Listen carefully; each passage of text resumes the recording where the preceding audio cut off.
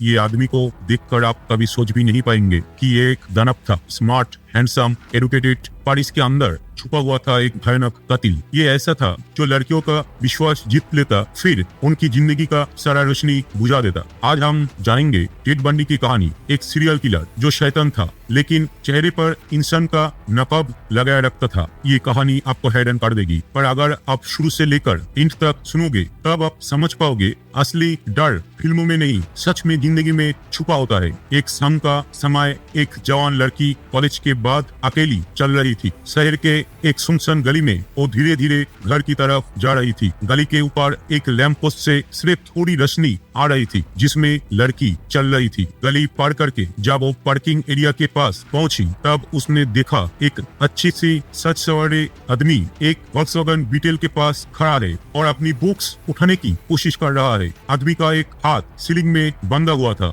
लड़की के मन में दया आई। बेचारा आदमी लगता है बहुत परेशान है, उसने सोचा, और वो मदद करने के लिए आगे बढ़ गई। आदमी ने बड़े शिष्ट और शांत आवाज में शुक्रिया कहा। उसका बिहेवियर बिल्कुल सभ्य और निर्दोष लग रहा था। लड़की ने कुछ बुक्स उठाकर गड्डी के पैसेंजर सीट पर रखने की कोशिश की। तभी अचानक आदमी ने पीछे से टायर आयरन से उसके सर पर मार दिया। लड़की धर्म से नीचे गिर गई। फिर आदमी ने उसे गड्डी के अंदर डाल दिया और चुपचाप वहाँ से चला गया। ये आदमी कोई और नहीं, भयानक सीरियल किलर टेड बंडी था। टेड बंडी के स्मार्ट, हैंडसम और एडुकेटेड जवान आदमी था। ये सब क्वालिटीज उन लड़कियों को फंसाने के लिए यूज करता था। कभी वो हाथ में सीलिंग लगाता तो कभी प्याच के सहारे चलता था, जैसे कोई लाचार और बेचारा हो। उसकी बात करने का तरीका इतना पोलाइट होता कि लोग सोचते थे ऐसा आदमी बुरा कैसे हो सकता है। एक छोटी सी सुंदर कार, अच्छी ड्रेस, पोलाइट बिहेवियर, सब मिलाकर वो एक परफेक्ट मेल लगता था। इसलिए वो इतनी देर तक पकड़ा नहीं गया, क्योंकि कोई सोच भी नहीं सकता था कि ऐसा शरीफ दिखने वाला आदमी इतना दरिंदर हो सकता है। टेड बंडी सिर्फ लड़कियों को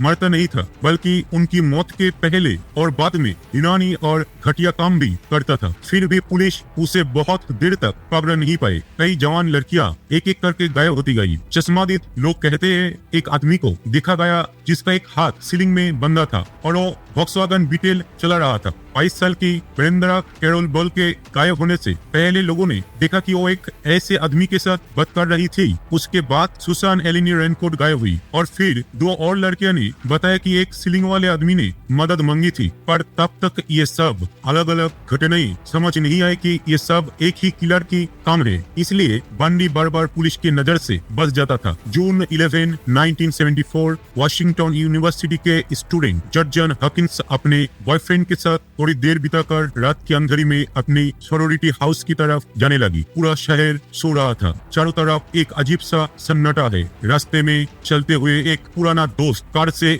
उसे देख के पुकारता है, ये जर्जन कैसी हो? जर्जन कार के पास रुक के थोड़ी देर बात करती है। कहती है कि उसकी स्पेनिश के एग्जाम की चिंता है। फिर वो वापस अपनी राह पकड़ती है, पर वो घर कभी नहीं पहुंची। उस रात पुलिस को कई लोगों ने एक आदमी के बारे में बताया जिसके एक हाथ सीलिंग में बंदी थी। एक औरत ने कहा उसने मुझसे मदद मांगी थी। बोला एक ब्रीफकेस कार में रखने में हेल्प कर दो। वो एक लाइट ब्राउन वॉक्सवैगन बीटल के पास खड़ा था। उस औरत ने मदद नहीं की, पर जर्जियन मदद के लिए चली गई। जब वो कार के पास गई और झुक के ब्रीफकेस रखने लगी, तभी बंडी ने एक लोहे के रॉड से उसके सर पर जोर से मार दिया। जर्जियन बेहोश हो गई। बंडी उसे उठा के कार में डालकर ले गया। जब जर्जियन होश में आई तो वो पूरी तरह उलझन में थी। बंडी कहते हैं वो ऐसी बातें कर रही थी जैसे अभी भी सोच रही हो कि मैं उसके स्पेनिश एग्जाम में मदद कर रहा हूँ। और फिर बंडी ने उसे गला घोंट के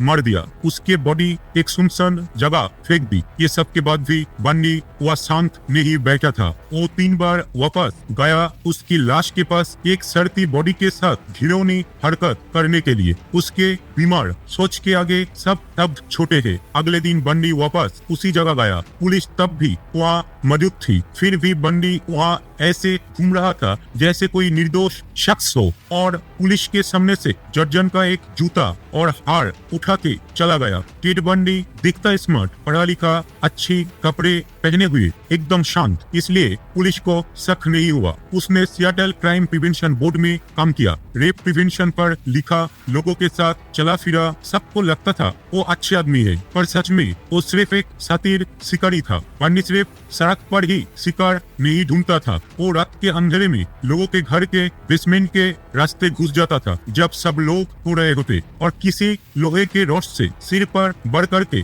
मार देता था। वो एक साया की तरह चलता था, लोगों के सबसे कमजोर पल में शिकार करता था। बंडी सिर्फ दरिंदा नहीं, बहुत शातिर भी था। उसका हाथ सीलिंग में होता या क्रच के सहारे चलता था। लोग उस पर तरस खाते थे, और सबसे ज्यादा दिक्कत ये थी कि पुलिस के पास सिर्फ एक लाइट ब्राउन वॉक्सवैगन बीटल और एक सीलिंग वाला आदमी का छोटा सा नक्शा था। उस समय ये कोई खास सुराग नहीं लगता था। पूरा शहर डर के माहौल में जी रहा था। लड़कियां अकेली नहीं निकलती थी, अजनबी लोगों से बात करना बंद हो गया। सबको अपनी खिड़की दरवाजे बंद रखने की आदत पड़ गई। सबसे ज्यादा डर जवान भूरा रंग की कॉलेज जाती लड़कियों का था, क्योंकि बंडी का टारगेट ये लड़कियां ही होती थी। ज्यादातर शिकार कॉलेज कैंपस के आसपास मिले गए, और सब जगह नया कंस्ट्रक्शन हो रहा होता है। पुलिस के पास कोई फॉरेंसिक सबूत या बॉडी नहीं थी, फिर भी सबको लग रहा था ये सब लड़कियां खुद से नहीं गई। जॉर्जियन के गायब होने के थोड़ी देर बाद ही लेक समामिस स्टेट पार्क के पास एक दिन 2 लड़कियां गायब हो गई। बंडी वहाँ 5 लड़कियों के पास गया, बोला उसका नाम टेड है, एक ब्रिटिश या कनाडियन एसेंट के साथ। एक हाथ सीलिंग में बंधा हुआ सफेद टेनिस ड्रेस विनम्र सा आदमी मदद मांग रहा था अपनी सेल बोट का कार तक ले जाने के लिए। वो अपनी ब्राउन वॉक्सवैगन बीटल के पास खड़ा था। 4 लड़कियों ने मदद से मना कर दिया। एक लड़की चली गई, पर कार के पास जाके उसको शक हो गया कि कोई सेल बोट नहीं है, और वो भाग गई। बंडी इसी तरीके से ढूंढता रहा, एक अच्छा आदमी बन के मदद मांगना, फिर मार देना, और पुलिस के पास तब भी कोई ठोस सबूत नहीं था। सबको लग रहा था ये सब एक शातिर किलर के काम है, लेकिन कौन है? तब तक बंडी के खून का सिलसिला शुरू हो चुका था, पर पुलिस को पकड़ पाना बहुत मुश्किल हो रहा था। उस दिन पार्क में बंडी ने एक औरत की मदद ली थी, फिर एक दूसरी लड़की को पार्क के टॉयलेट के पास से उठा के ले गया। दोनों मर दी गई थी। एक बार बंडी ने ये भी कहा था कि जब वो एक लड़की को मर रहा था, तब दूसरी लड़की को उसके सामने रखा हुआ था, लेकिन अपनी मौत से पहले उसने ये बात न कर दी थी। हम सिर्फ ये सब खूनी काम के बारे में नहीं बता रहे हैं। सवाल ये है, एक आदमी जो बार बार एक ही तरीके से मर रहा था,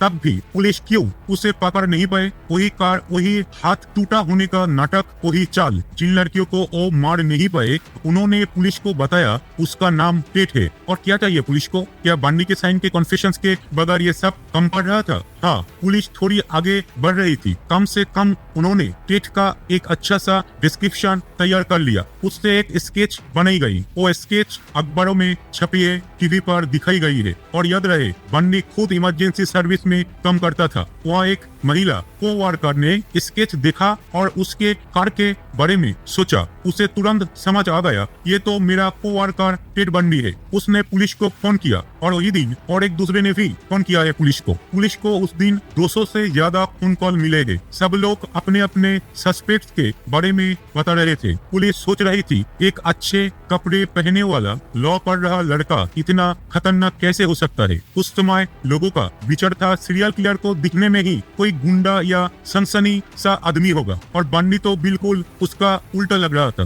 बंडी को अंदाज हो गया था कि पुलिस उसके आसपास आ रही है। उसके लास्ट मर्डर के कुछ महीने बाद एक एक करके शिकारों के हारों के टुकड़े मिलने लगे, अलग अलग जगहों पर बिगड़े हुए, जहां पुलिस ने कभी ध्यान भी नहीं दिया। किस्मत बंडी के साथ ही थी। उसको यूनिवर्सिटी को उटाहा में लॉ पढ़ने का मौका मिल गया। वो अपना सामान बंद कर अगस्त 1974 में साउथ में उटाहा चला गया। उटाहा पहुंचते ही 1 महीने के अंदर उसने फिर से मारना शुरू किया। 2 सितंबर एक सहायत्री लड़की, 2 अक्टूबर सिर्फ 16 साल की एक लड़की, 18 अक्टूबर 17 साल की एक लड़की जो पिज्जा शॉप में काम करती थी। एक लड़की की बॉडी एक हिकिंग ट्रेल पर मिली। बाद में पता चला वो एक पुलिस चीफ की बेटी थी। पोस्टमार्टम रिपोर्ट से मालूम हुआ कि बंडी शायद उसे पूरी 7 दिन तक जिंदा रखा होगा। बंडी के शिकार सबसे भयंकर तरीके से टॉर्चर हुए, और मौत के बाद भी बंडी का पागलपन कम नहीं होता। उसने बाद में खुद एक्सेप्ट किया, मैं उनके बालों में शैम्पू लगाता था, उनका मेकअप करता था,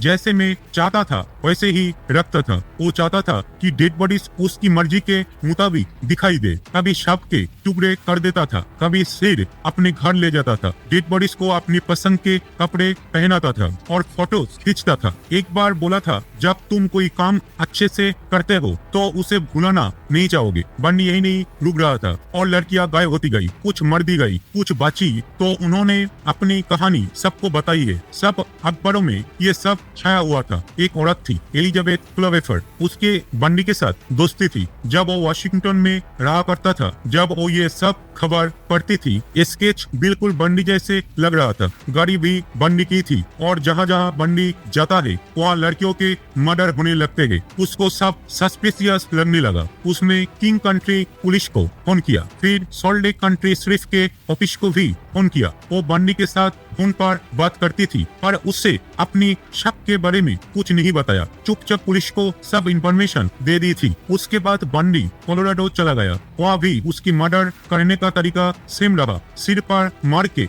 मर देना, कभी गला घोंट के मर देना, डेड बॉडीज के साथ गंदा बर्ताव करना, लड़कियों के कपड़े बदल के रखता था। 1975 के इन तक कई शिकार हो चुके थे और कई डेड बॉडीज को आज तक मिले ही नहीं। और 1976 के साल में भी बन्नी के हाथ से लोग मरते रहे। सवाल ये उठता कि वाशिंगटन पुलिस बन्नी पर शक क्यों नहीं कर रही थी। फिर पुलिस के पास एक कंप्यूटर आया जिसमें एक डेटाबेस था जहाँ तब सस्पेक्टेड लोगों के नाम रखे जाते थे। यही कंप्यूटर आगे जाकर बन्नी को पकड़ने में सबसे बड़ा सबूत बनने वाला था। पुलिस वालों ने एक नया तरीका निकाला था। वो कंप्यूटर में सब मर्डरर्स के डेटा डालने लगे। फिर कंप्यूटर सब इंफॉर्मेशन को पुराने रिकॉर्ड्स के साथ मैच करने लगा। हजारों नाम में सिर्फ 26 लोगों के डिटेल्स मर्डरर्स के पैटर्न के साथ मैच हुए। उनमें एक नाम टेड बन्नी का भी था। सबसे बड़ी समस्या ये थी समझना, उटाहा, कोलोराडो और पैसिफिक मिडवेस्ट के मर्डर्स एक ही आदमी के है या अलग अलग लोगों के। तब सब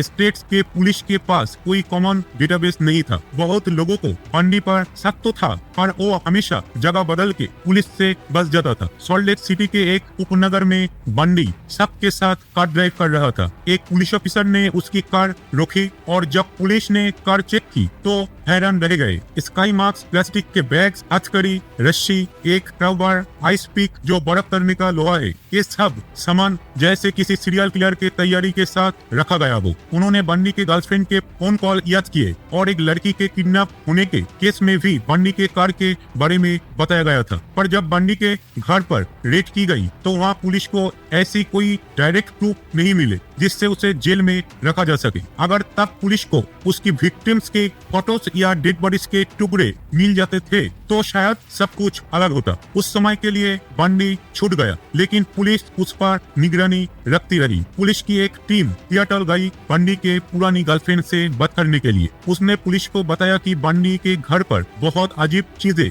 देखी गई थी। उसके घर में क्रच पड़ी रही थी जबकि बन्नी के पैर बिल्कुल ठीक थे। उसके घर में plaster of Paris, surgical gloves, बड़ी छुरे, एक मीट क्लीवर और लड़कियों के कपड़ों से भरा एक बैग भी था। बन्नी को लग गया था कि पुलिस उसके पीछे पड़ गई है, इसलिए उसने अपनी वॉक्सवैगन बीटल गाड़ी बेच दी थी। पर पुलिस तुरंत उस कार को ले आई और इसके अच्छी तरह से जांच करने लगी। अंदर बाहर सब जगह पुलिस सबूत ढूंढने लगी। बन्नी के बेचे हुए कार के अंदर पुलिस को लड़कियों के बालों की टुकड़े मिले। पुलिस को लग रहा था कि ये लड़कियां बन्नी के शिकार बनी थी। पुलिस ने बन्नी को पहचानने के लिए लाइन में खड़ा किया। तब तक उस पर सिर्फ किडनैप और क्राइम के कोशिश के चार्जेस लग सके थे। बन्नी के माँ बाप ने $15,000 जो इंडियन करेंसी में 12,82,282 रुपए की बिल देकर उसे छुड़ा दिया। वो फिर से छूट गया लेकिन पुलिस 24 घंटे उस पे नजर रखती थी। बेल पर छूटकर बन्नी वापस अपनी पुरानी गर्लफ्रेंड के साथ रहने लगा। ये उसके लिए बहुत असंतोष भरा समय था। उटाहा, वाशिंगटन और कोलोराडो के डिटेक्टिव्स के साथ मिले सबने अपनी फाइंडिंग्स और सबूत के दूसरे के साथ शेयर किए। अब वो लगभग यकीन कर चुके थे टेड बन्नी ही वो सीरियल किलर है। बन्नी के खिलाफ शुरू में सिर्फ किडनैप और हमले के केस चल रहा था। कोर्ट ने उसे दोषी पाया और उटाहा स्टेट प्रिजन में 15 साल के सजा दी। जब वो जेल में था तब उस पे एक मर्डर का भी केस दर्ज हुआ। उसने तभी समझ लिया अगर एक केस में सजा हो गई तो बाकी सब मर्डर्स भी सामने आ जाएंगे, इसलिए वो स्वयं अपना वकील बन जाता है। इस कारण से जब वो कोर्ट में होता है तो पुलिस उसे हथकड़ी या शिकल नहीं लगाती थी। एक दिन वो जज से बोला, मुझे लाइब्रेरी जाना है। उसी मौका पर वो एक खिड़की से कूदकर भाग गया। एस्पिन के पहाड़ों के जंगल में वो 6 दिन तक छुपा रहा। आखिर में पुलिस ने उसे पकड़ लिया। उस मर्डर के केस के सबूत ज्यादा मजबूत नहीं थे,